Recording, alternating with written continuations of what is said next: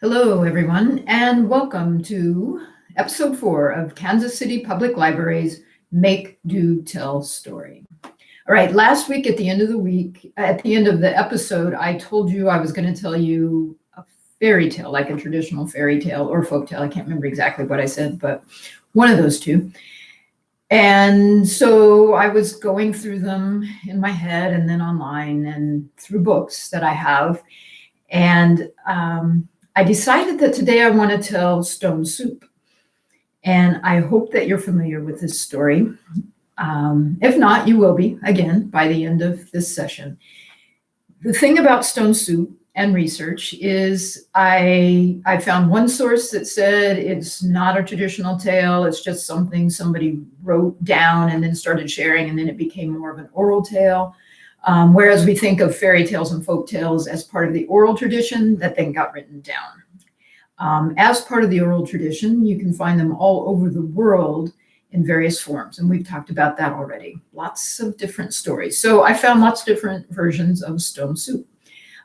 Usually it had either a soldier or 3 soldiers or a kind stranger. And so anyway, I just enjoyed it, and I'm going to share Stone Soup with you now. And then we'll talk more about stories and finding stories and things like that. All right, Stone Soup. So once upon a time, a long time ago, there had been war in the land, and the war had ended. And so there were 3 soldiers who were walking together to their towns back home that were close to each other. And they had been walking for 2 days now, and they had not had a bite to eat. They were really hungry and so tired, as you can imagine they would be. And one said to the others, "Oh, I'm so hungry. I wish I could have a fine meal tonight." And one of his other soldier friends said, "That's not going to happen." The other said, "Well, I wish I had a nice bed to lie in." And the same guy was like, "Yeah, right. Good luck with that."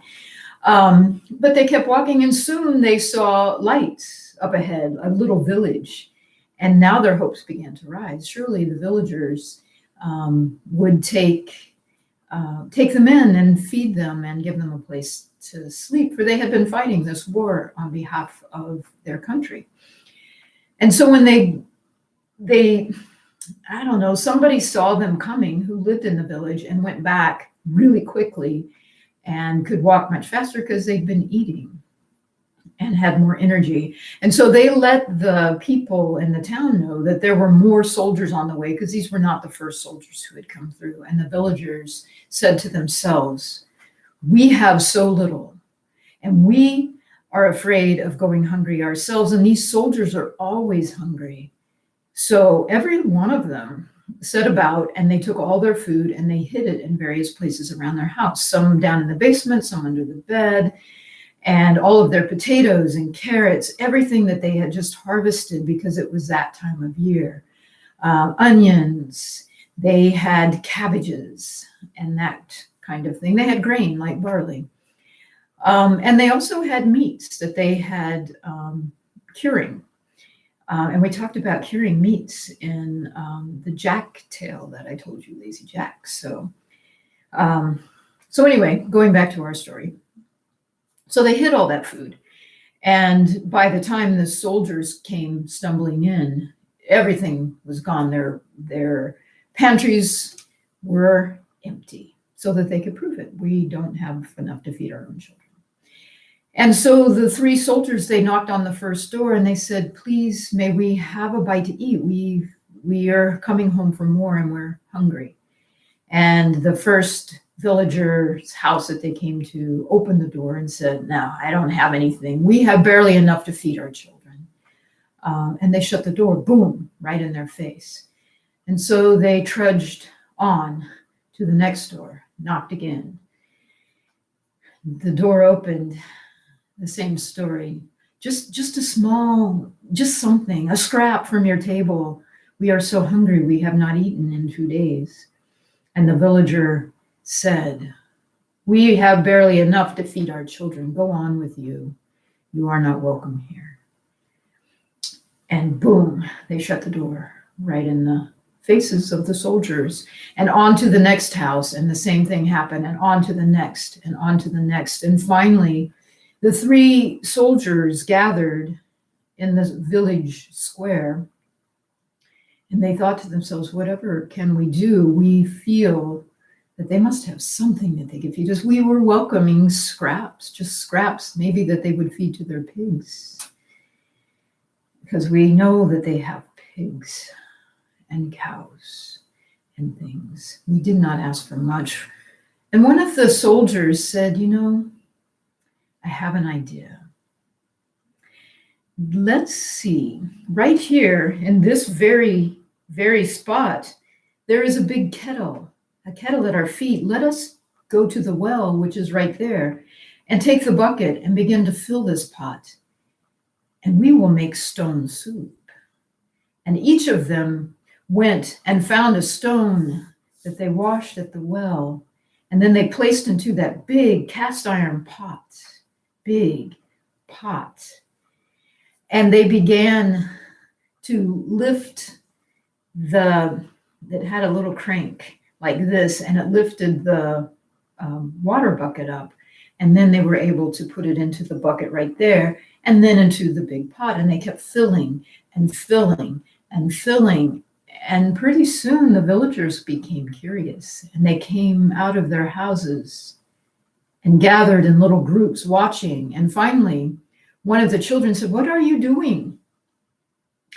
And the soldier who had come up with this idea said, "We're making stone soup.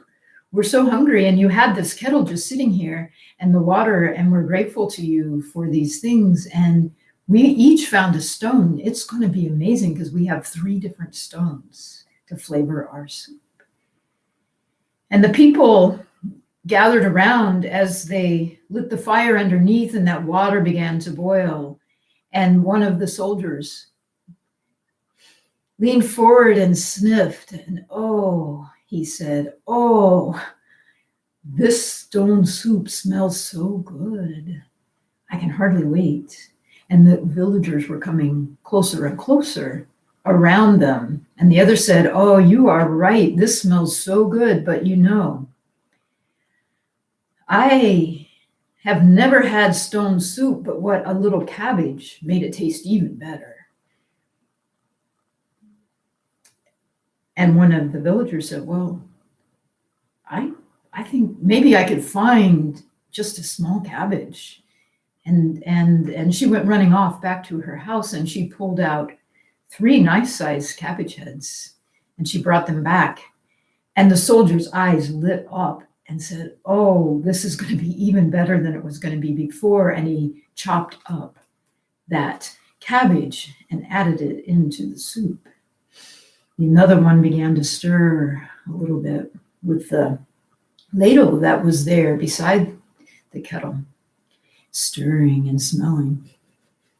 "Oh, this really smells good. You can really smell the cabbage now. I'm so excited. But I tell you, I have never had stone soup with cabbage, but what a little salt and pepper didn't make it even better. It just brings the flavor out." And one of the children said, "Well, we have some salt and pepper back home. I will run and get it, and we can add that in." And that's just what they did. And when the child came back, she handed up the salt and the pepper. And the soldier patted her on the back to say thank you and added the salt and the pepper. And they stirred a little more. "Oh, this smells so amazing. But I've never had stone soup with cabbage and salt and pepper, but what a little bit of salted beef didn't help the flavor even more." And the butcher there from the back of the crowd that was gathered said, "Well, I bet I can find a scrap or 2 of meat to add to the soup." And so the butcher went off, and when he came back, they added that salt beef that he had brought with him and began to stir that in. And now It truly was smelling amazing. And one of the soldiers said, I have never had stone soup, but what carrots and potatoes didn't make it even better than just with salt beef and with cabbage. And there were 2 or 3 of the villagers who said, well, I think I might be able to find a carrot or 2, a potato here and there. Let me run back home and find them. And that's just what they did. And when they came back, they had their arms full of potatoes and carrots. And the soldiers took them and sliced them up and added them into the soup and stirred some more. And now everybody could smell the wonder of that soup. And one of the soldiers said, oh, it's a shame that we don't have a little barley. If we had some barley, this soup would be worthy of a rich man's dinner table. And one of the farmers said, oh, a rich man's soup. Oh, I have never tasted that before. I bet that is beyond belief. And I have some barley back home. We can spare a little from what we need for the winter. And so he ran and got the barley and brought it back. And the soldiers added that into the soup as well. And they stirred some more, and they stirred some more. And finally said, this soup would be truly worthy of a king's dinner table if we but had some cream to add to it. The last time we entertained the king, I can't forget how good that tasted. And the people are thinking, whoa, these guys entertain the king, wow. And the dairy farmer, she said, oh, I think it's just really about time to go and milk my cow. If it won't take too long, I will bring back the cream. And they said, no, please go. It's the thing that goes in last, so that it doesn't curdle. It'll be perfect timing when you get back. And so she went and milked her cow, and she brought back a big pail of warm milk. And just about then, the soldier stirring the soup sniffed one more time and said, we're just perfect. I can smell the barley is just right.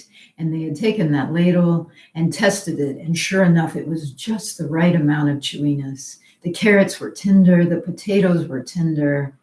The onions, because somebody had slipped some onions in there too, the onions were smelling so wonderful.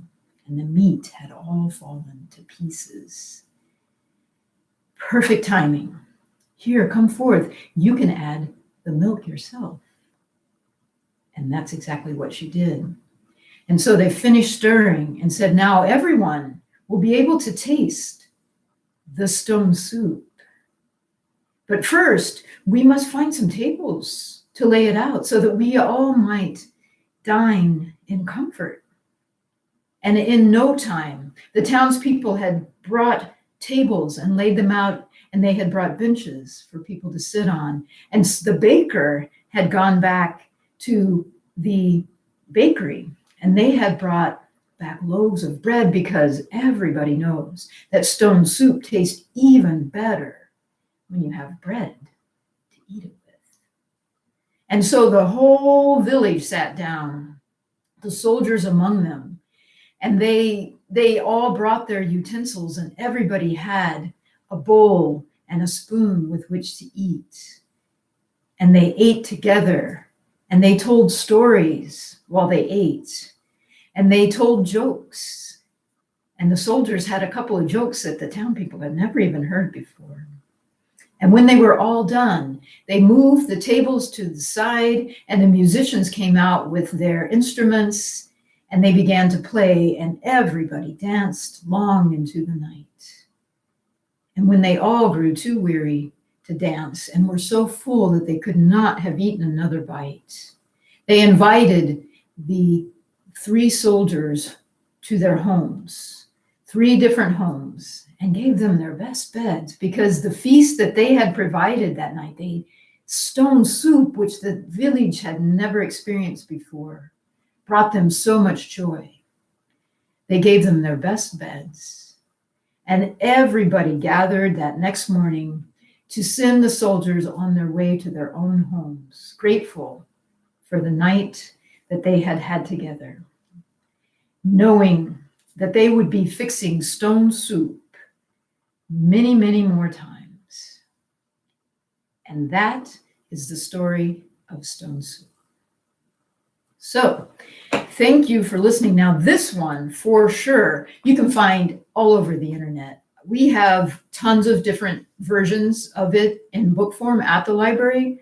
And whenever we are able to open again, you can put a hold on a book and come and pick it up from the library if you feel comfortable doing that. But you can also find it online, so many places. So that's what I would love for you to do this week. Go find your version of stone soup. See which ones you like the best. See how you want to add different things, and then play with it. And start to tell your story. This is a story that warms my heart. In particular, right now, there are a lot of us who are afraid of where we're going to eat next. And if we all come together and make a big batch of stone soup, we're all going to make it through this. So that's my story for this week. The assignment that I would like for you to do is called Walk, Walk, Stop. And so I'm just going to demonstrate it a little bit in my little camera thing. So just go around. You can do this by yourself. It's more fun if you have brothers or sisters to do it with you, or maybe your parents or your grandparents, whoever you're able to hang out with these days. I don't know if you can do it on Zoom. Haven't tried that, but you probably could. But you can do it by yourself. That's the great thing. So you just go, it stop, stop, freeze. And then you go walk, walk, walk. If you have 2 people, one can say it and the other can do it, or, But if you're just you can just be like, walk, walk, walk, freeze. Walk, walk, walk, walk, freeze. Oh. Or, just stuff like that. And what I think would be really fun is to think about some of the things that you just, the places where you freeze. It might be like, or it could be like, or just like, and then think about a story that you could tell from any one of those, or use all of them. It's like flying story, or so scared story, or something like that. And you can start to make up your own stories. We haven't really talked about that much, but that is coming. So no sense in waiting for me to get to it. All right, go forth, tell stories, listen to stories, read stories, find stories that you love, and figure out how they work for you and start to share them with the world. Our stories are so important. And that's all I got. Don't forget, tomorrow at 1:00, Samantha is going to be doing more comic drawing workshops. Well, just one tomorrow. And again, you can take this story if you want and make a comic out of it. And in fact, that is a great way to learn a story. That's something I don't think I've talked about yet, but storyboarding, which is a lot like drawing comics. You can get a sheet and you can just divide it. You can have however many scenes you have. Say there are 6 scenes in here. You would just fill in here, and it doesn't have to be good. This is not art class. That's tomorrow, but whatever. I'm good with stick figures. I usually can tell what it was I meant, which is not always true of my handwriting. But I can usually tell what I meant. Like I would just make a big pot. Boom, that's the stone soup. And then here's a rock. Drop that in. People, stick figures standing there stirring. So you can do that. You can go to Samantha's class. You can forget this story and do whatever it is she's telling you too. And then on Thursday, Miss Kaisha will be doing a workshop on making stuff with stuff you have around your house. So it might be a science project, it might be an art project, but it will be fun too. All right, so that's it for today. See y'all next Tuesday with a new story. And I am excited to find out what it will be. All right, take care. Bye now.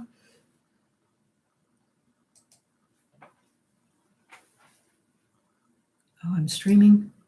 I'm supposed to be.